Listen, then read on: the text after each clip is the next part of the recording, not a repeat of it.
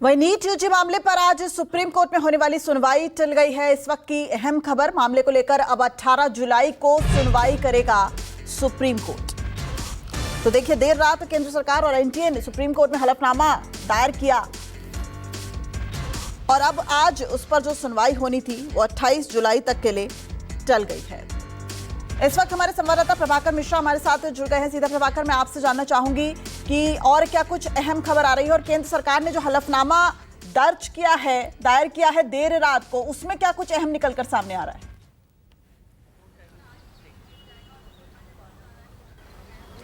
देखिए, पहली खबर तो आज ये है कि आज सबकी निगाहें सुप्रीम कोर्ट की तरफ थी, स्टूडेंट्स की भी, उनके पेरेंट्स की भी और सरकार की भी। लेकिन जब आज सीजेआई ने कहा कि आज सुनवाई नहीं की जा सकती, उसकी वजह बताया उन्होंने कि इस मामले में जो कि एनटीए और सरकार की तरफ से जो हलफनामा दायर हुआ है वो हलफनामा इस मामले में कई पक्षकारों तक नहीं पहुंचा है। दरअसल तरीका ये होता है कि हलफनामे को दूसरे पक्ष को भी देना होता है ताकि वो पक्ष भी अपने आप को तैयार रख सके अगले दिन की सुनवाई में सुप्रीम कोर्ट में अपनी दलील रखने के लिए। तो चूंकि उनको ये हलफनामा मिला ही नहीं है, उनके पास वो हलफनामा पहुंचा ही नहीं है, ऐसे में वो बहस करने की स्थिति में नहीं है।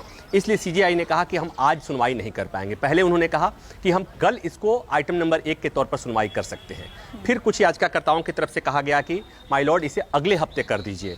अगले हफ्ते की बात आई, फिर सीजेआई ने कहा कि सोमवार को सुनवाई करेंगे, लेकिन तब सॉलिसिटर जनरल ने कहा कि हम सोमवार और मंगलवार को उपलब्ध नहीं हैं, उनका होना जरूरी है, इसलिए कि एनटीए और सरकार की तरफ से कोर्ट में उन्हीं को दलील देनी है।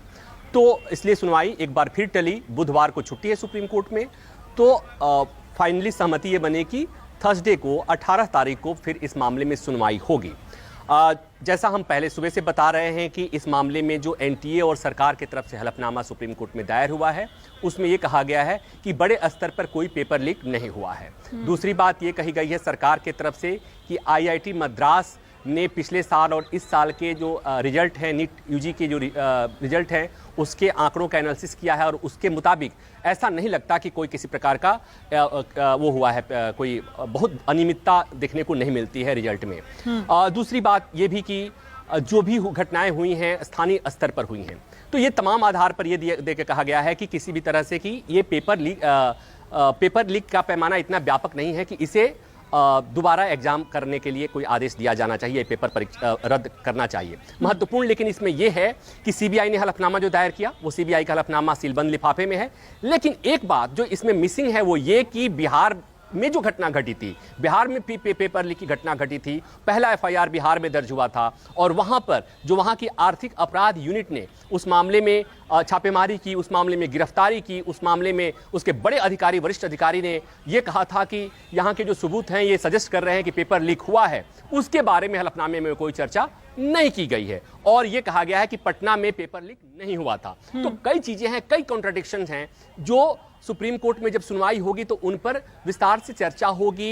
एनटीए और सरकार के हलफनामे को क्वेश्चन किया जाएगा याचिकाकर्ताओं की तरफ से। लेकिन आज कुछ नहीं हो पाया, सबकी निगाहें थी, ढेर सारे स्टूडेंट यहाँ पर आए थे, उनमें कुछ उनके पेरेंट्स भी आए थे, कुछ यहाँ कोचिंग इंस्टीट्यूट भी आए थे जो हर सुनवाई के दौरान आते हैं। लेकिन इंतजार करते रहे, हम लोगों को भी लगा कि लंच के बाद इस पर सुनवाई होगी। प्रभाकर, लेकिन चौंकाने वाली बात यह है कि अब सीबीआई इस पूरे मामले की जांच कर रही है, अलग अलग राज्यों से हम विरोध देख रहे हैं, लेकिन उसके बावजूद केंद्र सरकार और एनटीए जो हलफनामा दायर करती है उसमें यह कहती है कि एनटीए पर्यवेक्षकों ने कोई प्रतिकूल महसूस नहीं किया, यानी कि पेपर लीक जैसी कोई अप्रिय घटना नहीं हुई है।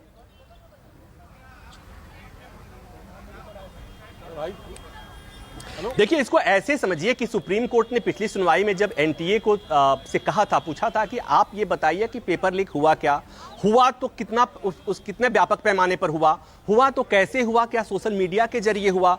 और ये दरअसल कोर्ट ने इसलिए पूछा था कि अगर ये पता चले कि पेपर लीक हुआ है और कितने पैमाने पर हुआ और सोशल मीडिया के जरिए अगर हुआ, तो सीजीआई ने कहा था कि अगर इस तरह से हुआ तब हमें पेपर रद्द करने पर विचार करना होगा।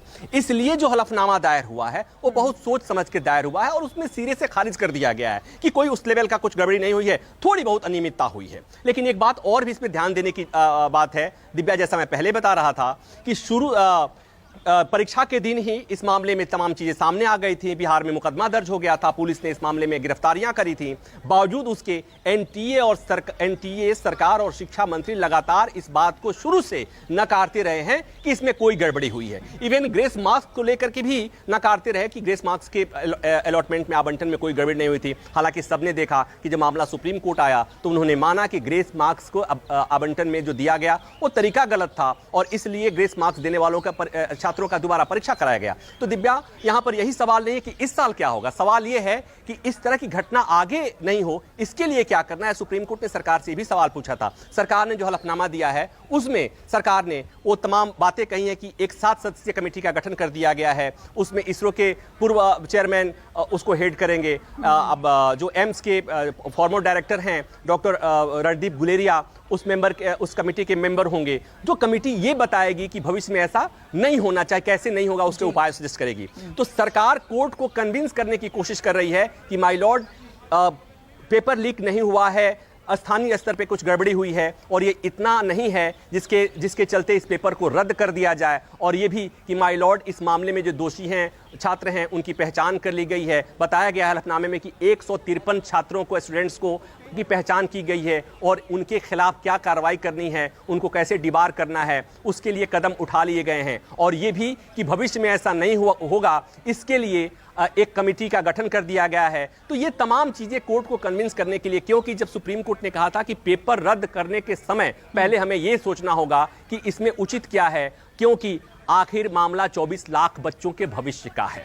तो अब तमाम अभी भी, हालांकि उस बच्चों का भविष्य अधर में लटका हुआ है, क्योंकि बच्चे अभी हां और ना में अटके पड़े हैं। सुप्रीम कोर्ट में मामला है और अब तो ये सवाल उठेगा कि इतने महत्वपूर्ण मामले पर सुनवाई आज अगर नहीं हुई तो उसके बाद फिर अगले हफ्ते सुनवाई हो रही है, ये सवाल भी उठेगा। और सवाल सुप्रीम कोर्ट पर भी उठेगा कि सुप्रीम कोर्ट इस मामले को लेकर इतना अगंभीर क्यों है। क्योंकि आज जब इस मामले की सुनवाई थी, सबकी निगाहें सुप्रीम कोर्ट पर थी, तो इस मामले की सुनवाई 10:30 बजे होनी चाहिए थी, आइटम नंबर 1 के तौर पर होनी चाहिए, लेकिन आइटम नंबर 40 के तौर पर हुई। और जब सुनवाई के लिए मामला आया, जब नंबर आने को था, तब यह कह दिया गया कि आज सुनवाई मुमकिन नहीं है, आज सुनवाई नहीं हो पाएगी। और आज नहीं हुई तो आज थर्सडे है, फ्राइडे को भी नहीं, मंडे को भी नहीं, ट्यूसडे को भी नहीं, वेडनेसडे को भी नहीं, और सीधे थर्सडे को सुनवाई होती है। तो फिर बच्चों के मन में भी सवाल आएगा, क्योंकि वो बच्चे हैं जिन्होंने अभी पूरे देश की व्यवस्था को समझा नहीं है। उनके जीवन का शायद पहला सेटबैक है, जब उन्होंने मेहनत किया, उन्होंने अच्छे मार्क्स भी लाए,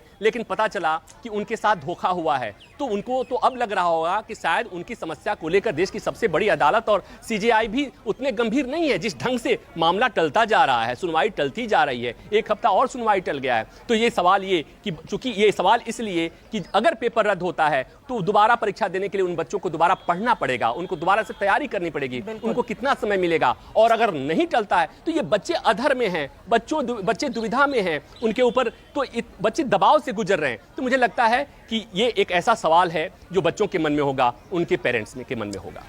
बहुत बहुत शुक्रिया प्रभाकर इस पूरी जानकारी को देने के लिए। तो देखिए, नीट मामले पर आज सुप्रीम कोर्ट में अहम सुनवाई होनी थी, लेकिन 18 जुलाई तक सुनवाई जो है वो अब टल गई है। फिलहाल रुकते हैं एक छोटे से ब्रेक के लिए। तमाम बड़ी खबरों पर हमारी नजर बनी रहेगी।